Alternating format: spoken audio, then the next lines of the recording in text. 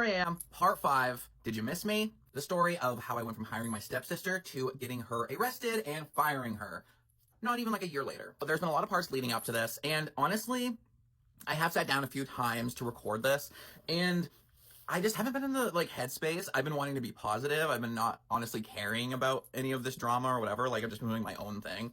But I really do want to just sit down and get my side of the story out there. Part 4 ended with best friend Derek hooked up with Lynn at my birthday. Didn't use a condom. She took a plan B, apparently. Lynn is my stepsister, who I hired. So she's working at my salon. Her and Julia do not like each other. Julia's my other groomer there, has already seen her getting rough with the dogs, not liking her. We already got a complaint from a FedEx lady saying that she saw Lynn smack a dog in the face. And so things are tensions building. This is when we introduced a new character into the story, and her name is Em, my best friend. I ended up hiring her as a bather to work there. March, April-ish of 2023. Since part 4, to catch us up now, Em works at the salon now. Julia and Lynn really don't like each other. It's really awkward.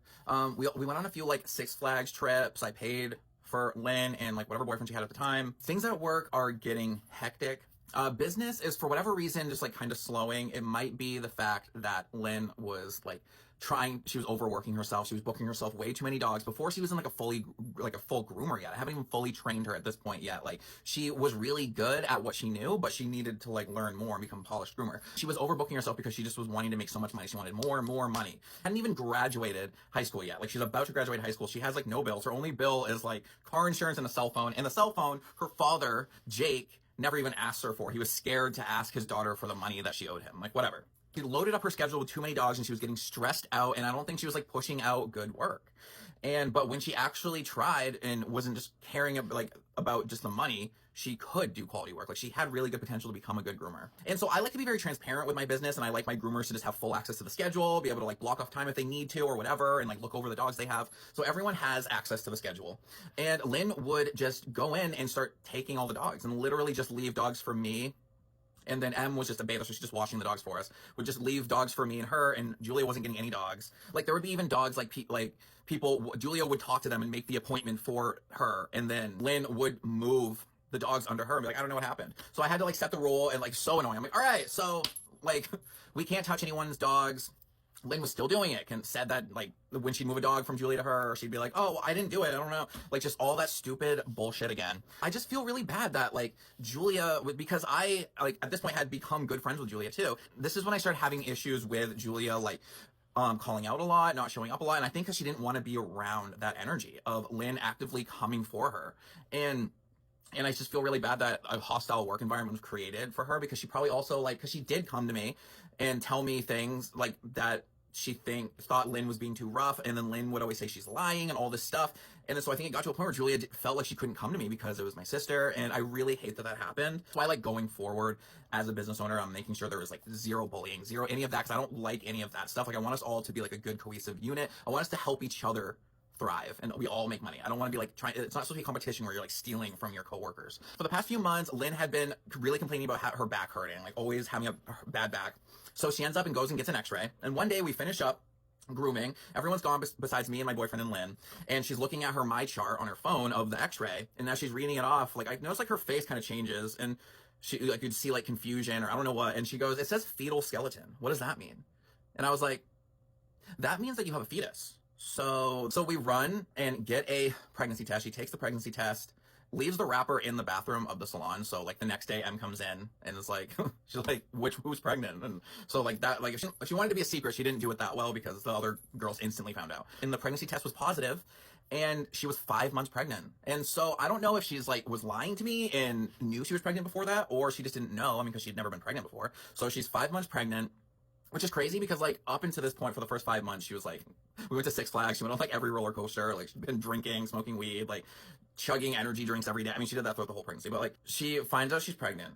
So she freaks out, and I tell her, you know what, the biggest thing that she cared about before anything, before the life of the child, before anything, she was scared of her mother, Amy. If you have watched the other parts, you know that person I'm dealing with.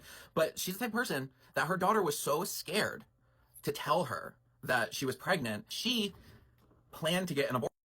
And I told her, and she came to me and literally said that. She's like, I don't know what to do. And I told her, I said, I won't judge you either way. I was like, I will help you with whatever you want to do. I was like, if you want to keep the baby, like, we'll figure this out. Like, we have the whole family will all come together. We'll take care of the baby. Or if you want to get an abortion, like, it's pretty late term, 5 months. Like, we had to go to Boston, to get it done. And I was like, we can do that too. And so she made the appointment. And so at 5 months, you're essentially, it's a baby born. You're essentially just, they like kill you and you give birth to the baby. And so we drive down to Boston and I tell her, I'm like, if you change your mind, like as we're walking to the door, we can like stop. We don't have to do it. Like there's no pressure. I'm like, this is completely up to you if you don't want to do it. And I don't even think like we were driving for that long before she said, I'm not going to do it. And I said, okay, cool. I was like, we had a hotel and stuff. I was like, let's just still go down to Boston, have a good time. Like, and I was like, and then we went like baby clothes shopping instead. And I was like, this is a fun trip now. Like, I was so excited to have a little niece. Because later we find out she's a girl. Then the big question becomes, who is the father? After all the drama that happened between me and Derek and her and him ghosting her and all of that, she really did not want the baby to be Derek's, okay? Like, she desperately would not admit that it was Derek's. So she said that she hooked up with this guy on New Year's and that the conception date is around in the beginning of January, like from New Year's to my birthday, January 20th. And so she's like, well, I hooked up with this guy on New Year's, so it has to be him. He's the only other guy. And she's like, and I don't think it would, like, it was too late with Derek. I'm like, okay.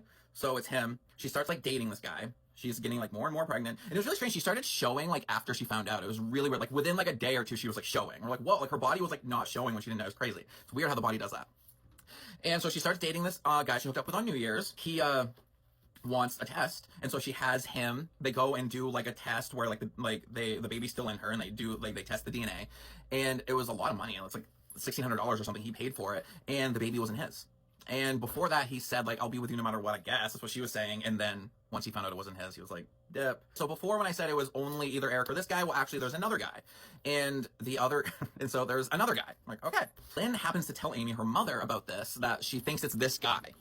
Amy reaches out to this guy's mother because remember, these kids are only like 18, 19, 20, around there. So Amy reaches out to this new guy. So this is the third guy. It was Derek, the New Year's guy, now this third guy. So the third within 20 days or whatever. So, okay. So, which I'm not judging, like, we've all been there, but like, I don't know if we're able to get anyone pregnant, okay? Amy calls this new guy's mother and starts bullying her. You need to buy a test, and like, your son is the father to this baby. So the mother asked her son, like, did you have sex with this girl? And he said no. He's like, I know her reputation, and no, I have not done that. He was so adamant. He's like, I've never like done anything with her. She's just saying this. So the mother told her, like, Amy, and said, he says it's not his, and he's not going to take a test because he's adamant that he did not have sex with her.